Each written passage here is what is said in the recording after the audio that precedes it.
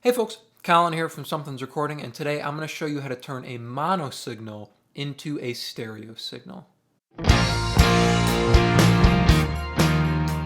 We're going to be talking about going from mono to stereo today, but before we dive in, if you're ready to go a little bit deeper into the mixing process as a whole and really start to hone your workflow, then I have just the thing for you. It's my 7-step mixing checklist. It's just a simple PDF that will guide you through the entire mixing process, step by step, to help you get professional and radio-ready mixes without the guesswork and without the hassle. It is completely free, and you can download it below using the link in the video description. Now let's jump in here and take a look at how to go from mono to stereo.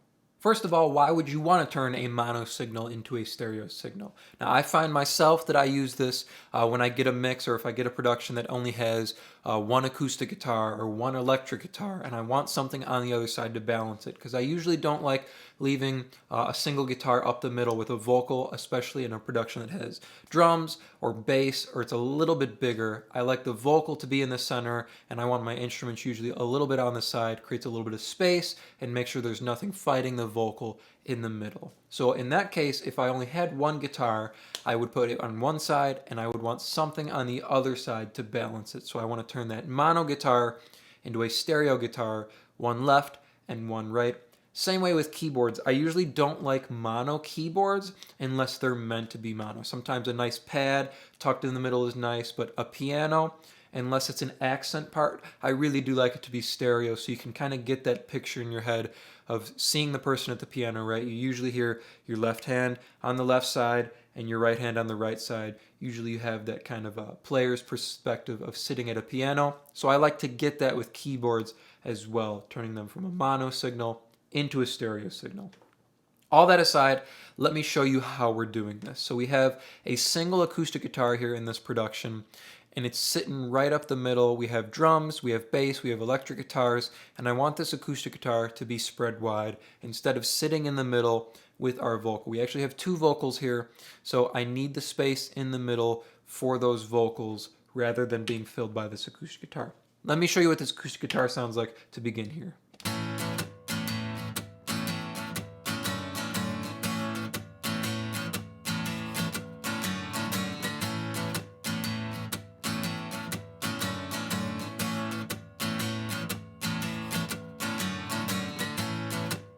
So nice bouncy chunky acoustic guitar part here. I don't want that in the middle fighting with my vocal. I want that wide to give the track that nice chunky feel and that nice bouncy feel that you can feel on the wide stereo spectrum rather than being right in the middle. It might get buried under electric guitars, under our drums. We want it to be a big presence in the mix because it's the main driving instrument in the mix. So what we're going to do is we're going to right click on this track and we're going to duplicate it completely. So that means we duplicate the actual track as well as the audio on it, and we duplicate any plugins on it. So we're keeping the same mix on this guitar for the moment, but even now, if we pan these wide, let's see what they sound like.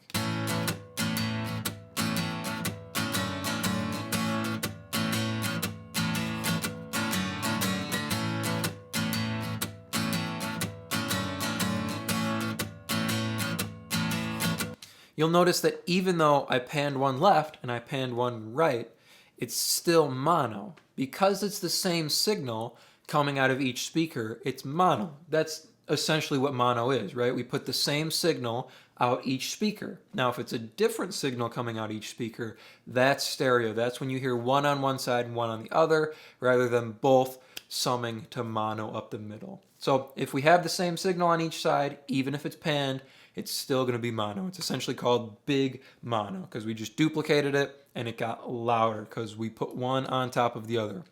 What we're going to do to get past this is we need to trick the speakers into thinking it's a different sound coming out of each speaker, coming out of each side. So we're going to take this second track and come over here into our little inspector window, and we have our track delay here. So we're going to delay this audio track by 35 milliseconds. That way, it comes out the speaker 35 milliseconds later than our left guitar. So now we have a different signal coming out of each speaker because it's the same guitar, but slightly delayed. This is going to give us the impression of stereo, while also not creating any phase issues, because we're not going so far that we're skewing the waveforms, right? And we have two downs or two ups at the same, or I'm sorry, one up and one down at the same time. So we're not canceling anything out, but we are still getting our widespread stereo spectrum. So now we've delayed our second acoustic by 35 milliseconds. Take a listen to what we have now.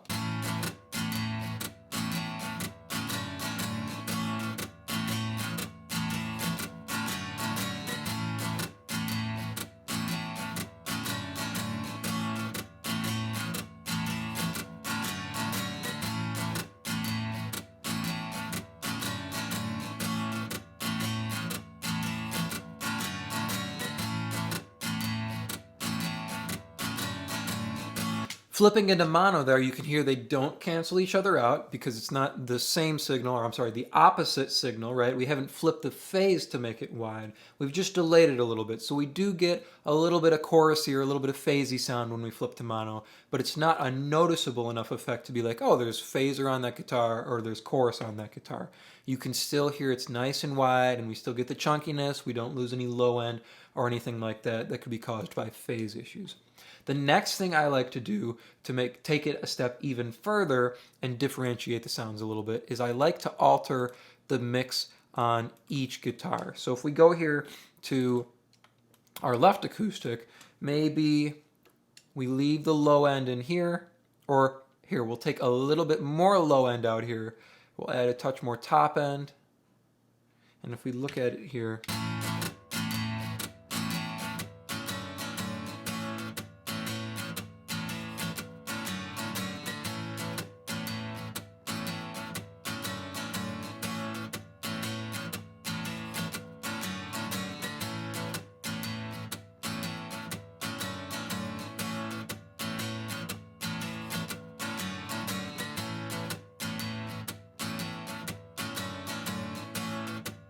so on that side, we went a little bit heavier with the compression, and then I pulled a little bit more of the low mids out, put a little bit high mids in, and a little bit more top end up top. So we'll flip to the other guitar now, our second guitar. This is the one we delayed, right? And we'll do the opposite. So we'll leave the low end in on this one. We'll take our top end down a touch, and maybe we'll do a little cut in our mid-range here too. And then a little bit up top, just so it's not as shiny. We'll leave our compression the same on this one. So now we have a little bit more of a differentiating factor. So take a listen now.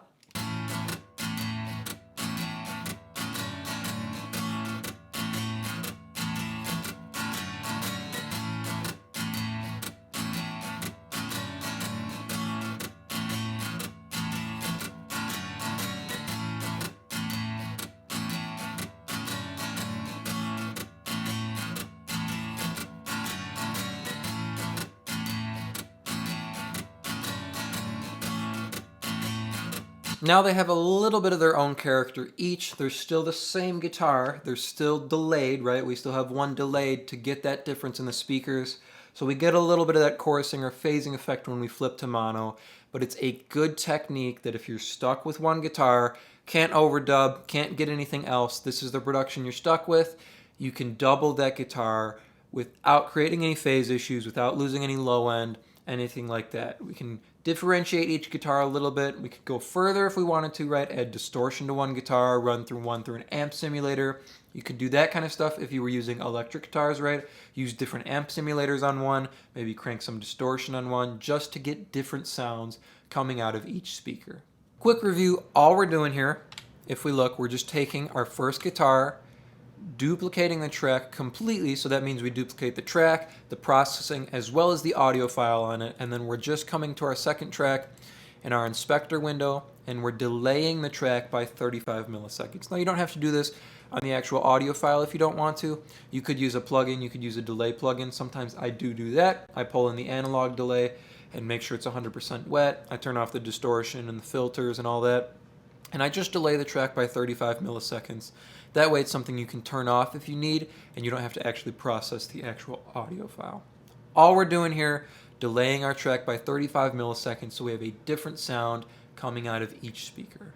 I hope that was helpful for you. Like I said at the beginning of the video, if you're ready to take your mixes to the next level and really start dialing in your workflow as an engineer, then I have just the tool for you, and it is completely free. It's my 7-step mixing checklist, and you can get your copy by clicking the link below to download it and start creating more professional mixes in less time. Thank you so much for watching, and I will see you in the next video.